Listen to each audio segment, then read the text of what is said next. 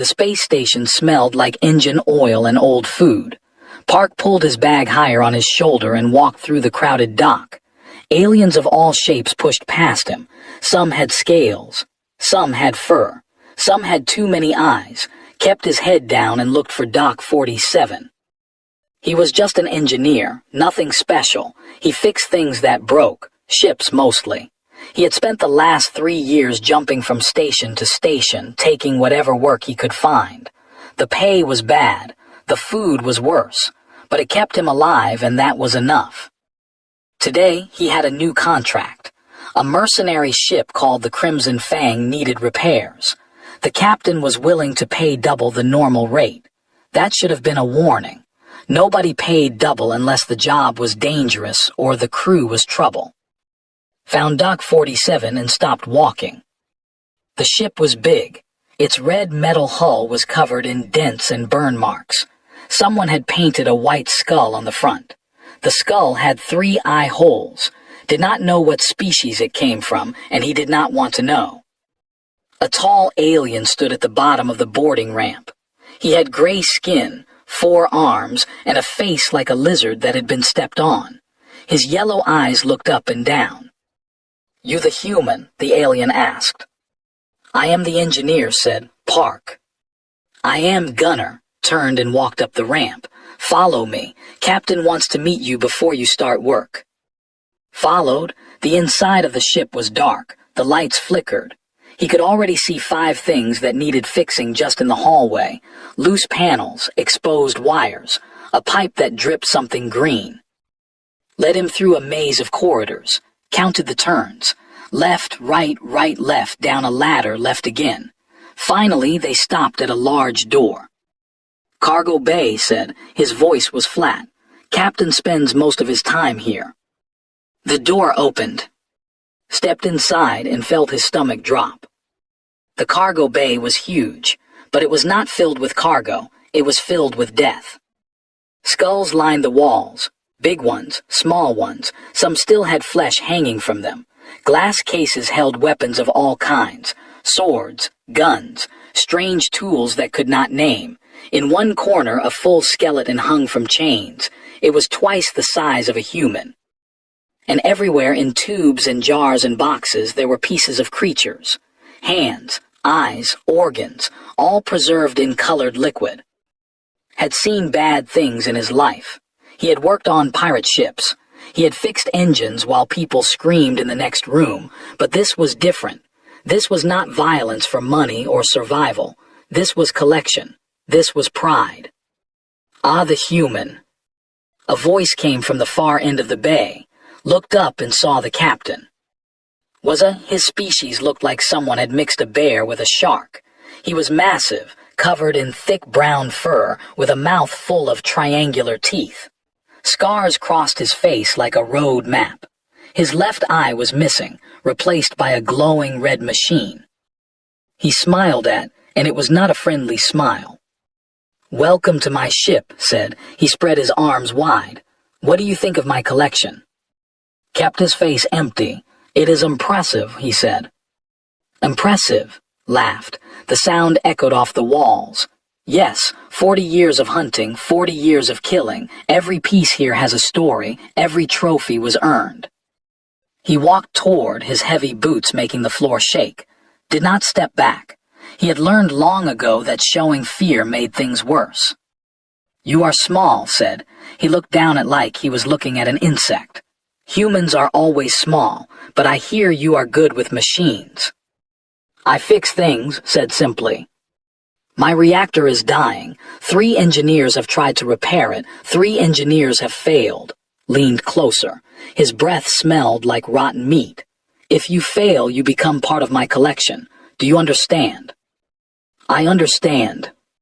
Stared at him for a long moment. Then he laughed again and stepped back. "Good, I like you, human. You do not beg, you do not cry, maybe you will survive." He turned and walked deeper into the cargo bay. "Come, before you start work, let me show you my favorite piece." Followed. He did not want to. Every part of him wanted to run back to the station and find a different job. But he needed the money. He always needed the money. stopped in front of a large tube at the center of the bay. The tube was filled with amber liquid. Lights at the bottom made the liquid glow like honey. And floating inside the liquid was a creature. It was small, very small, about the size of a human child. Its skin was pale and almost see-through. Could see blue and green lights moving under the skin like veins made of stars. It had 4 thin arms and 4 thin legs. Its head was round with no nose or ears, just a small mouth and 3 large eyes all closed. It looked peaceful, like it was sleeping. Said, his voice was soft now, almost gentle, "Do you know what they are?" Shook his head. They live on only one planet, a small world at the edge of the galaxy, very rare, very valuable. Touched the glass with one thick finger. This one is a youngling, a child in your language. I found it with its family. The parents fought well, killed 2 of my men before I finished them. Said nothing. He stared at the creature in the tube. This is the last of its clutch, continued. The other younglings died in the fight, but this one survived, and now it is mine, the rarest trophy in my collection. The other crew members had gathered behind them, could hear them laughing. Someone made a joke about selling the creature. Someone else said it would look better as a skeleton. Did not laugh. He looked at the small creature floating in the amber liquid. He looked at its tiny hands, curled against its chest. He looked at its closed eyes and wondered what it was dreaming about. Maybe it was dreaming about its parents. Maybe it was dreaming about its home. Maybe it did not dream at all. Slapped on the back. The force almost knocked him down. "Beautiful, yes," the captain said. "Now go fix my reactor, human. You have 3 days." Nodded, he turned and walked toward the door, was waiting to show him to the engine room. But at the door stopped. He looked back at the tube one more time. The creature had not moved. The lights under its skin pulsed slowly, like a heartbeat. The amber liquid held it like a prison. Something in his chest felt tight. It was not fear. It was not anger. It was something older, something he had almost forgotten. When he was a child, his grandmother had told him stories. Stories about people who helped strangers. Stories about heroes who saved the weak. He had thought those stories were lies. The galaxy had taught him that kindness was weakness, that caring about others would only get you killed. But standing in that cargo bay, looking at that small creature in its glass prison, remembered something else his grandmother had said. "The universe is cold," she had told him, "but we do not have to be." Turned away and followed to the engine room. He had a reactor to fix. But he knew, even then, that he would come back to this room. He would come back to that tube. He would come back to that small, sleeping creature that the captain called a trophy. Because Park was just an engineer, he fixed things that were broken. And something in that cargo bay was very, very broken. The reactor was a mess. Had seen bad machines before, but this was something else. Wires crossed where they should not cross. Pipes leaked in 5 different places. The cooling system was held together with tape and hope. He worked for 16 hours straight. By the time he finished, his hands were burned and his back hurt, but the reactor hummed smoothly for the first time in months. Was pleased. He paid half the money and told him to stay for more work. There were other systems that needed fixing. The navigation computer, the weapon arrays, the life support in the lower decks. Agreed, he told himself it was for the money. That night he lay in his small bunk and stared at the ceiling, slept in the bunk above him, snoring like a broken engine. The ship creaked and groaned around them. Could not sleep. He kept seeing the creature in the tube. The youngling, its pale skin and glowing veins, its tiny hands, its closed eyes. He had seen many terrible things in his life. He had learned to look away, to not care. Caring was dangerous. Caring got you killed. But he could not stop thinking about that child. After 2 hours, he gave up trying to sleep. He got out of bed quietly, put on his boots, and walked out of the room. The ship was dark. Most of the crew was sleeping, moved through the corridors like a ghost. He had memorized the path to the cargo bay. Left, right, left, down a ladder, left again. The door opened with a soft hiss. The cargo bay was empty. The trophies watched him from their cases, dead eyes following his movement, ignored them. He walked straight to the center of the room, to the tube filled with amber liquid. The creature was still there, still floating, still sleeping. Stood in front of the glass and looked at it for a long time. "What am I doing?" he whispered to himself. He was an engineer. He fixed machines. He did not rescue alien children from mercenary ships. He did not fight captains with 40 years of killing experience. He was nobody. He was nothing. But still, he could not walk away. He looked at the tube more carefully. It was not a medical device. It was a display case. The liquid kept the creature alive, but barely. The nutrient mix was wrong. The temperature was too cold. The stasis field was crude, designed to preserve a body, not to care for a living thing. The creature was dying, slowly. Maybe it had months left, maybe only weeks. Did not know, did not care. To him, the creature was already dead, just a thing to show off to visitors. Pressed his hand against the glass. "I am sorry," he said quietly. "I am so sorry." He stayed there for an hour, watching the creature breathe. Then he went back to his bunk and lay down. He still could not sleep, but now his mind was working, planning, calculating. The next day, he asked for permission to check all the systems on the ship. The captain agreed.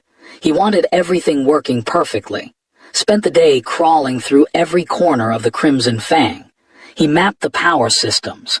He learned how the doors worked. He found the communication array and the distress beacon. And every night, he returned to the cargo bay. On the third night, he brought tools. The tube's control panel was simple. Opened it carefully, making sure not to trigger any alarms. He studied the nutrient mixture. It was a standard preservation formula designed for dead specimens. He began to change it little by little, adding proteins, adjusting the mineral balance, making it suitable for a living creature instead of a corpse. He could not do too much at once. If the readings changed too fast, someone might notice, so he worked slowly. A small change each night, just enough to make a difference. On the fifth night, he adjusted the temperature, half a degree warmer, then another half degree the next night, then another. On the eighth night, he modified the stasis field. He made it gentler, less like a prison, more like a blanket. Notice that was not sleeping. "You look tired," the gunner said one morning. "Where do you go at night?" Shrugged, "I check the systems. I like to work when it is quiet." Stared at him with his yellow eyes. "You are lying." "Maybe." "You go to the cargo bay. I have seen you," lowered his voice. "You go to look at the captain's trophy." Did not answer. Moved closer. His forearms were crossed over his chest. "What are you doing, human? What are you planning?" "Nothing," said. "I just look." "You are a fool," Grab's arm. His grip was strong enough to break bones. "Will kill you. He has killed for less, much less." Looked up at the gunner. "Then why have you not told him?" Was silent for a long moment. Then he let go of his arm. "Because I am also a fool," he said quietly. "Because I have seen what does to his trophies, and because—" He stopped. His lizard face twisted with something that might have been shame. "Because I was young once, before I became this." He walked away without saying anything else. Watched him go, then he went back to work. On the 12th night, something changed. Was adjusting the nutrient feed when he saw movement in the tube.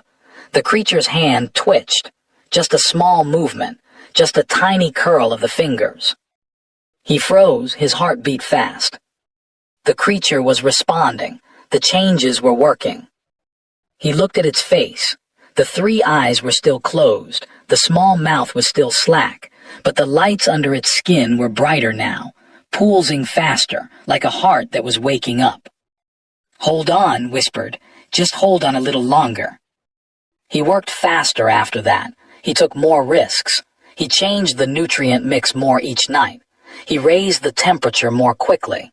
He knew he was being careless. He knew someone might notice. But he could not stop. Not now. Not when the creature was so close to waking up. On the 15th night, found him in the cargo bay. The gunner stood in the doorway, watching work on the tube's control panel. He did not say anything for a long time. "You are going to get yourself killed," finally said. "I know. The creature is property, his favorite trophy. If you take it from him, he will hunt you across the galaxy." "I know." Walked closer, he looked at the creature in the tube. "It is just an animal, a rare animal, but still an animal. Why do you care so much?" Stopped working. He looked at the youngling floating in the amber liquid. Its skin glowed softly. Its tiny chest moved up and down with each breath. "It is not an animal," he said. "It is a child. It had parents who loved it. It had brothers and sisters who played with it. It had a home. They are all dead now." Yes, his voice was quiet. "They are all dead, but this one is still alive, and as long as it is alive, I cannot pretend that it is just a thing." Stared at him. "Humans are strange," he said. "Yes. You form attachments to anything, animals, machines, even creatures you have never spoken to." "Yes." Was silent for a moment. Then he sighed, a sound like steam escaping a pipe. "What do you need?" he asked. Looked at him. "What?" "What do you need?" repeated. "To keep the creature alive, to help it wake up, what do you need?" Stared at the gunner for a long moment. "Why are you helping me?" Did not answer the question. He just crossed his 4 arms and waited. Decided not to push. He had learned to take help when it was offered. "I need access to the medical supplies," he said, "and I need someone to tell me if gets suspicious." Nodded. "I can do that." He turned and walked toward the door. At the doorway he stopped. "Human," he said without turning around. "If this goes wrong, I will say I knew nothing. I will let kill you. I will not risk my life for yours." "I understand." "Good," walked out into the corridor. "Good luck, fool." The door closed behind him. Turned back to the tube. The creature floated peacefully in the amber liquid, its lights pulsing like stars. He was not alone anymore. He had an ally, a reluctant one but still an ally. Now he just had to keep the child alive long enough to save it. 32 days had passed since first stepped onto the Crimson Fang. The ship was running better than ever, had fixed almost everything. The reactor hummed. The weapons fired clean. Even the food processors worked properly now, which made him popular with the crew. But that was not why he stayed. Every night he went to the cargo bay. Every night he checked the tube. Every night he watched the creature grow stronger. The youngling was changing. Its skin was less pale now. The lights under its skin were bright and steady. Its small body had filled out, no longer so thin and fragile. Sometimes its hands would move in the liquid, reaching for something that was not there. Kept records on his personal, temperature, nutrient levels, heart rate, brain activity. He had no formal medical training, but he was an engineer. He knew how to measure things. He knew how to track progress. And the progress was good. On night 32, everything changed. Was kneeling by the control panel, adjusting the mineral balance in the nutrient feed. It was late. The ship was quiet. He could hear the hum of the engines far below. Then he heard something else. A tap. He froze. The sound came again. Tap, tap, tap. Slowly stood up and looked at the tube. The creature's eyes were open. 3 silver eyes, large and round, stared at him through the amber liquid. They were beautiful, like moons reflected in still water, like stars trapped in glass. The creature lifted one small hand and pressed it against the inside of the tube. Tap, tap, tap. Could not breathe. His heart was beating so hard he thought it might break. He stepped closer to the tube. The creature watched him. Its eyes followed his movement. There was no fear in those eyes, no anger, just curiosity, just wonder. Raised his own hand and pressed it against the glass, matching the creature's palm. "Hello," he whispered. The creature tilted its head. It could not hear him through the liquid, but it seemed to understand that he was trying to communicate. The lights under its skin began to change. They pulsed in a pattern. Blue, green, blue, blue, green. The pattern repeated, blue, green, blue, blue, green. Did not know what it meant, but he took out his and recorded it. For the next hour he stayed there watching the creature. It did not close its eyes. It did not look away. It just watched him, one small hand pressed against the glass. Finally had to leave. The crew would wake soon. He could not be found here. "I will come back," he said. He did not know if the creature could understand him. "I promise I will come back." He walked to the door. At the doorway he looked back. The creature was still watching him, its silver eyes glowing softly in the dark. The next day could not focus on his work. He made mistakes. He dropped tools. He forgot what he was doing in the middle of tasks. Noticed. "What happened?" the gunner asked during the midday meal. Looked around. The other crew members were eating and talking. No one was listening to them. It woke up, said quietly. Put down his food. Yes, last night. It opened its eyes and looked at me. Was silent for a long moment. That is not good. I know. If finds out, he will be excited. He will want to show it off more. He might even take it out of the tube. Shook his head. A living trophy is more valuable than a sleeping one. Stomach turned. He had not thought about that. I need to move faster, he said. I need to find a way to get it off this ship. How? We are 3 weeks from the nearest station. Does not let anyone leave the ship alone, and even if you escaped, he would hunt you. He always hunts. Did not have an answer, but he knew he had to find one. That night he returned to the cargo bay. The creature was waiting for him. Its 3 eyes found him as soon as he walked through the door. Sat down in front of the tube. He took out his and opened the recordings from the night before. Let us try something, he said. He had spent the day researching. The information was limited. They were a rare species. Very few had been studied. But he had found one important fact. They communicated through bioluminescence. The lights in their skin were not just beautiful. They were language. Played back the pattern the creature had made. Blue, green, blue, blue, green. Then he used his to create the same pattern. He held the screen against the glass so the creature could see it. The creature's eyes went wide. Its whole body stiffened. The lights under its skin flashed rapidly. Then it made a new pattern. Blue, blue, green, green, blue. Recorded it and played it back. The creature made another pattern. This continued for hours. Pattern after pattern, recorded everything.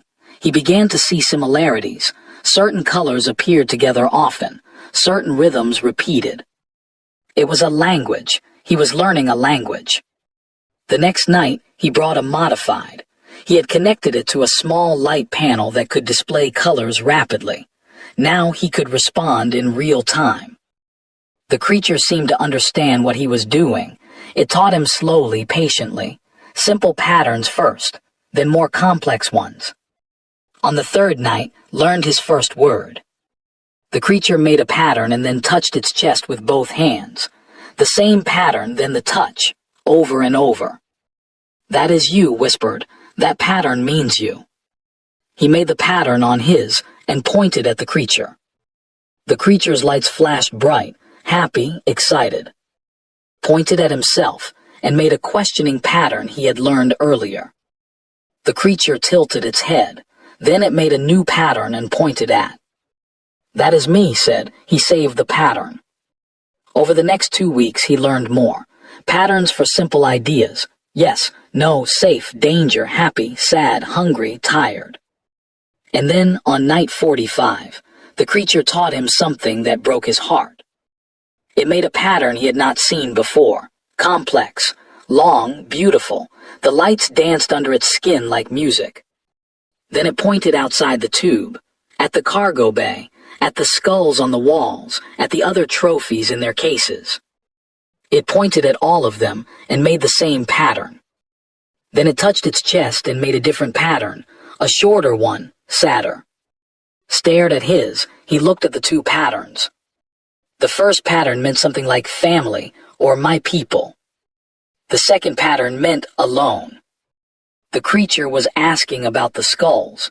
It was asking about the other preserved specimens. It was asking about its family.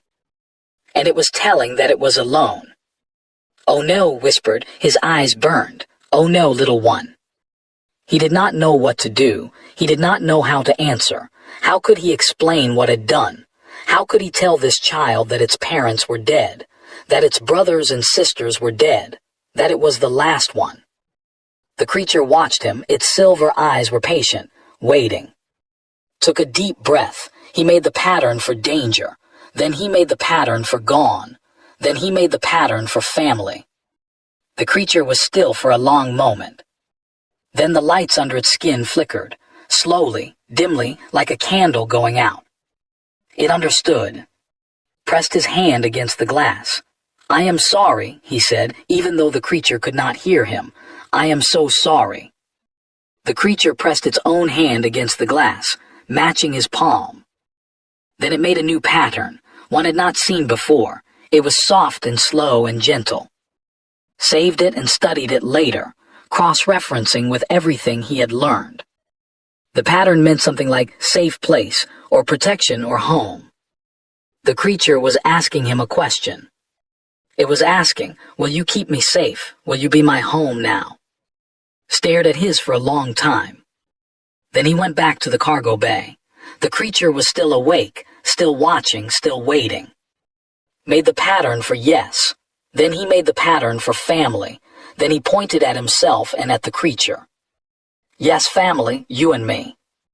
The creature's lights blazed bright, brighter than had ever seen them. The amber liquid seemed to glow with the light. Then the creature made a new pattern. It pointed at itself and made the pattern again and again. Recorded it, he studied it. This pattern was different from the others. It was personal, individual. He understood suddenly what it was. It was a name. The creature was telling him its name. Converted the pattern to sounds in his head.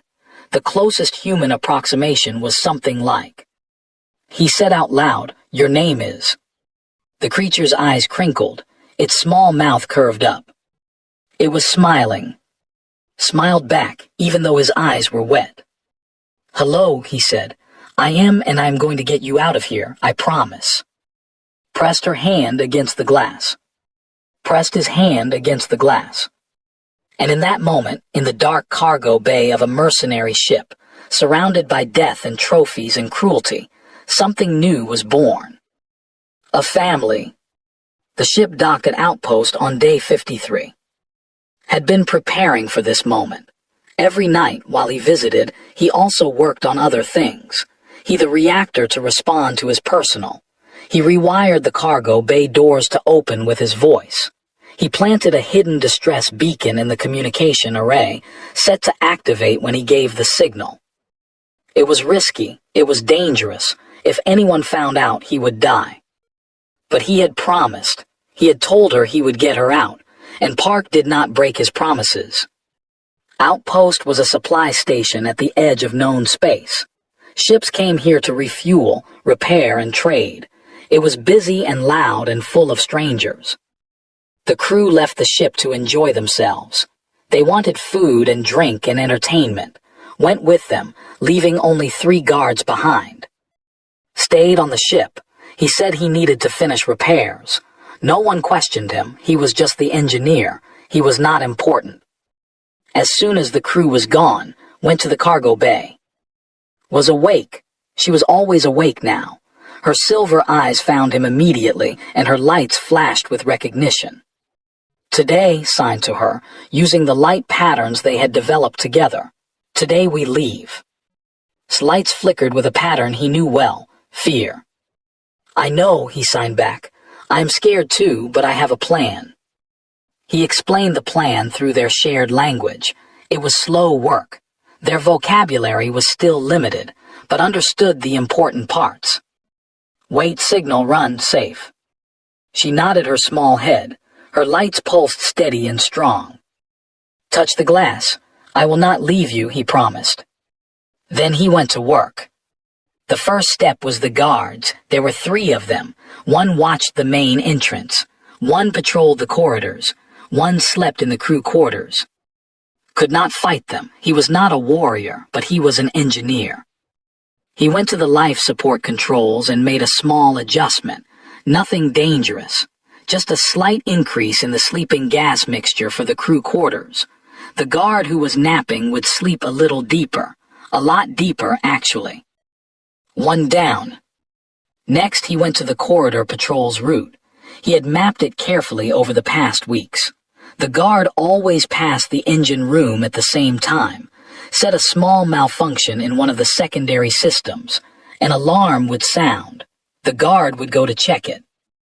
While the guard was busy, would move.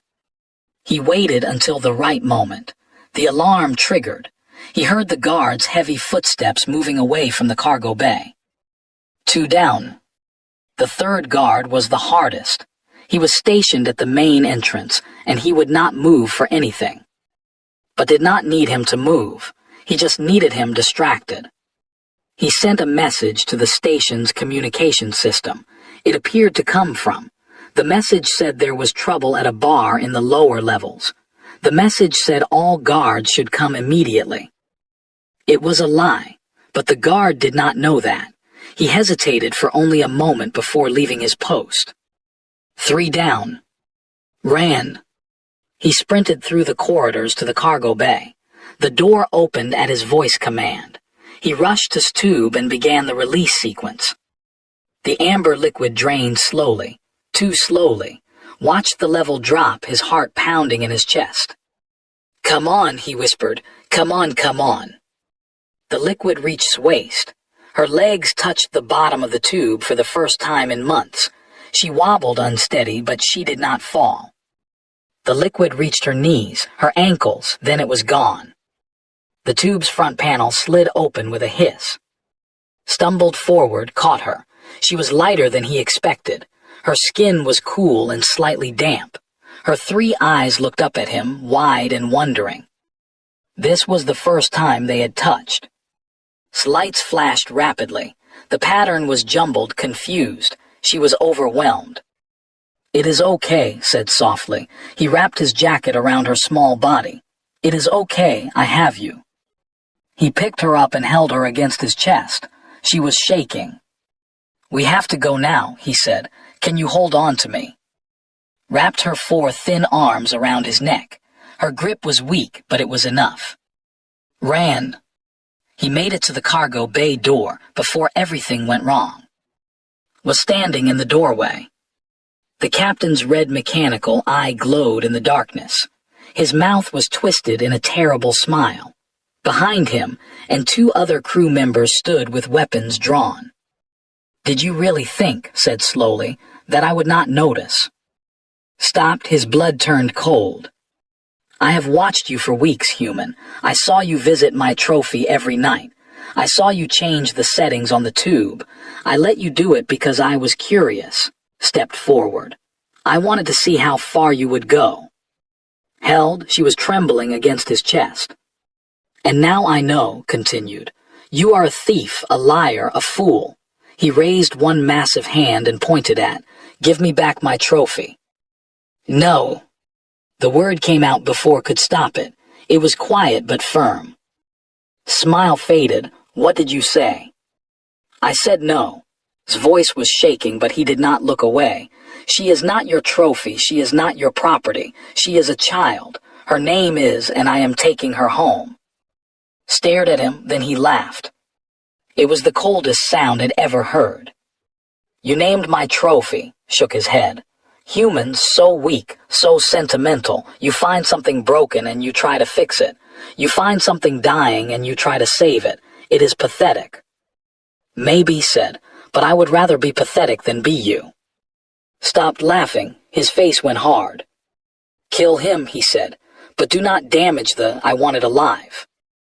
The two crew members raised their weapons, closed his eyes. Then a voice spoke from behind. "Captain, there is a problem." It was. The gunner stepped forward, his forearms held low. "Turned what?" "There is a ship approaching, a galactic humanitarian vessel. They received a distress signal from this location. They are demanding to board." His face twisted with rage. He spun back to. "You," he snarled, "you sent a signal." 3 days ago, said, his voice was steadier now. "I told them everything, the trophies, the specimens, the child you stole. They have been waiting for us to dock." Took a step forward. His hand went to his gun. "I will kill you," he said. "I will kill you slowly. I will add your skull to my collection." "Maybe," said, "but they are already here. If I die, they will know why. If she dies, they will know why. And you will spend the rest of your life running from the law." His hand shook. His red eye burned bright. For a long moment, no one moved. Then spoke again. "Captain, the humanitarian ship is hailing us. They are threatening to disable our engines if we do not respond." Stood frozen. Could see the calculation in his eyes, the risk versus the reward, the pride versus the survival. Finally lowered his hand. "This is not over," he said to. "I will find you. No matter where you go, no matter where you hide, I will find you. And when I do, I will make you watch while I kill that creature in front of you." Looked at him calmly. "You can try." Turned and stormed out of the cargo bay. The two crew members followed. Remained. The gunner looked at for a long moment. His yellow eyes were unreadable. "Go," said finally. "The humanitarian ship is docked at Bay 12. I will make sure no one follows you." Stared at him. "Why are you helping me?" Did not answer the question. He just turned and walked toward the door. At the doorway he stopped. "The creature," he said without turning around. "Take care of her." Then he was gone.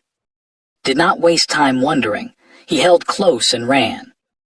The corridors were chaos. Crew members were shouting. Alarms were blaring, ignored all of it. He ran through the ship down the boarding ramp across the station floor. Bay 12. He could see it ahead. A white ship with a blue symbol on the side, the symbol of the galactic humanitarian fleet. People in uniforms were waiting at the entrance. They saw running toward them. They saw the small creature in his arms. "Help us," gasped as he reached them. "Please help us." A woman with kind eyes stepped forward. She looked at, then at. "You are the one who sent the signal," she said. "Yes."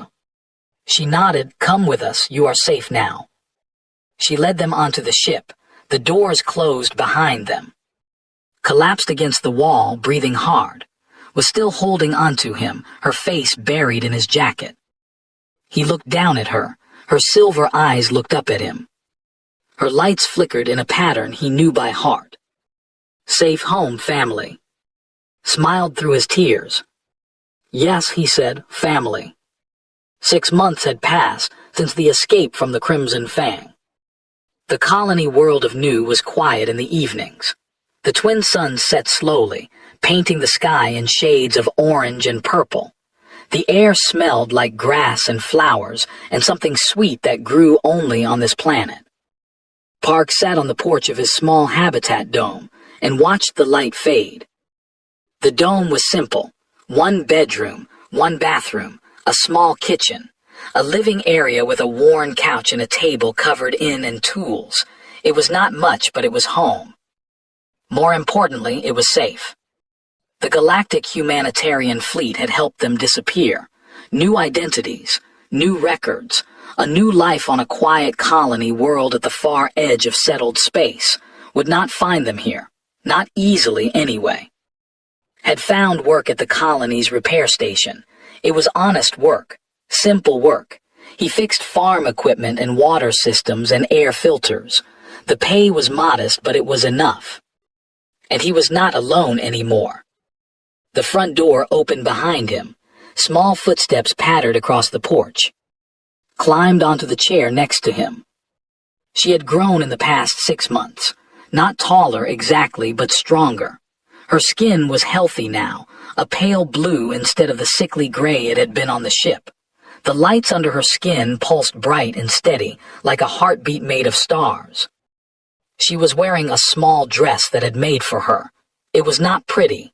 He was an engineer, not a tailor, but loved it anyway. "The suns are setting," she said. Her voice was soft and musical. Did not have vocal cords like humans, but they could produce sounds by vibrating membranes in their throats. She had learned to speak basic human words over the past months.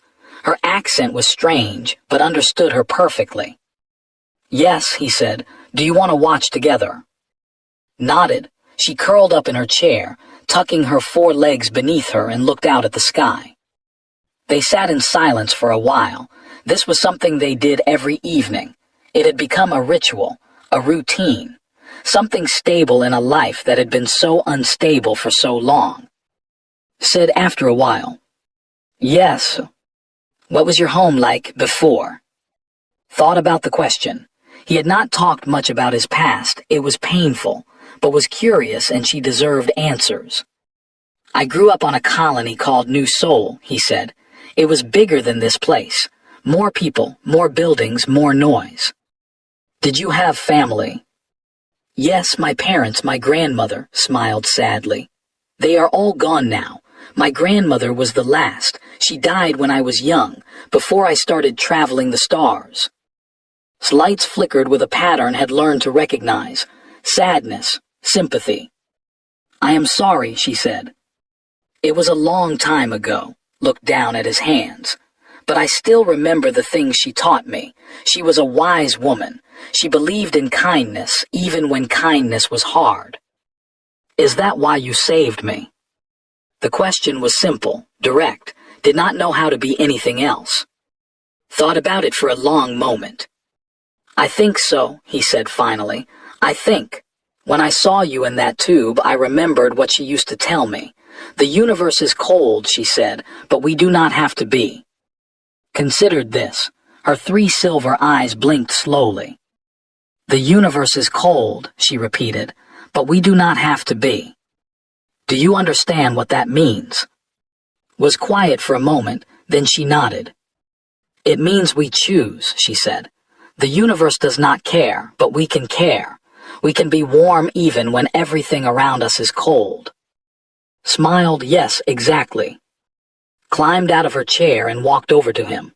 She stood in front of him, her small face serious.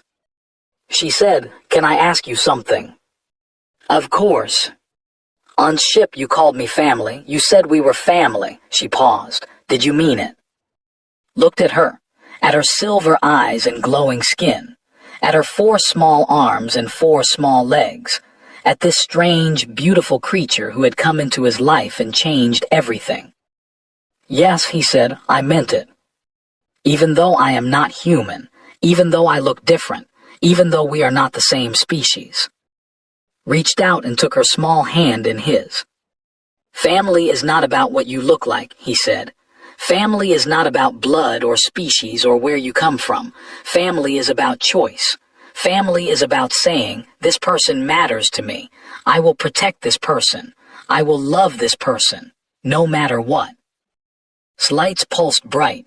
The pattern was one he'd seen many times now. Happiness, joy, love. "Then you are my family," she said. "You are my father." The word hit like a wave. Father. He had never expected to hear that word directed at him. He had never expected to be anyone's father. But looking at now, seeing the trust in her eyes, he knew it was true. "Yes," he said, his voice was thick. "I am your father, and you are my daughter." Threw her arms around him, all 4 of them. She hugged him tight, her small body warm against his chest. Hugged her back and let the tears fall. They stayed like that for a long time, holding each other while the sun set and the stars came out. Later, after dinner, after went to bed, sat alone on the porch and looked up at the sky. Somewhere out there was still hunting. The mercenary captain had not forgotten. He never forgot. Someday, somehow, he might find them. But that was a problem for another day. Tonight was at peace. Tonight he had everything he needed: a home, a job, a daughter who loved him. He thought about his grandmother again. He thought about all the stories she had told him. Stories about heroes who saved the weak. Stories about ordinary people who did extraordinary things. He had always thought those stories were lies, fairy tales for children. The galaxy was too cruel for kindness. The universe was too cold for warmth. But he had been wrong. The galaxy was cruel. The universe was cold. But in the middle of all that darkness, there were still people who chose to be different. People who saw something broken and decided to fix it. People who saw something dying and decided to save it. People like him. Humans did not conquer the galaxy with warships or weapons. They did not become the most feared species through violence or brutality. They became something more important than feared. They became loved. Because humans had a gift that no other species understood. They could look at something strange and alien and see not an enemy, not a trophy, not a resource to be used. They could see a friend, a companion, a family member. They could look at a small creature in a glass tube and say, "This one matters. This one deserves to live. This one deserves to be loved." And then they could make it true. Smiled up at the stars. Somewhere on a mercenary ship had shown off his trophy. He had bragged about his kill. He had expected fear and admiration. Instead, a human engineer had looked at that trophy and seen something else. He had seen a daughter. And that made all the difference. The door creaked behind him. Small footsteps padded across the porch. "I could not sleep," said. Turned and lifted her onto his lap. She curled up against him, her head resting on his shoulder. "Look," he said, pointing at the sky. "Do you see those stars?" "Yes." "Somewhere out there is your home world, the place where you were born. Someday, when you are older, I will take you there. I will show you where your family came from." Was quiet for a moment, then she shook her head. "I already know where my family is," she said. Her lights pulsed with a familiar pattern: safe, home, family. She pointed at. "Here," she said, "my family is here." Held her close and watched the stars shine. The universe was cold, but they did not have to be. And that was enough.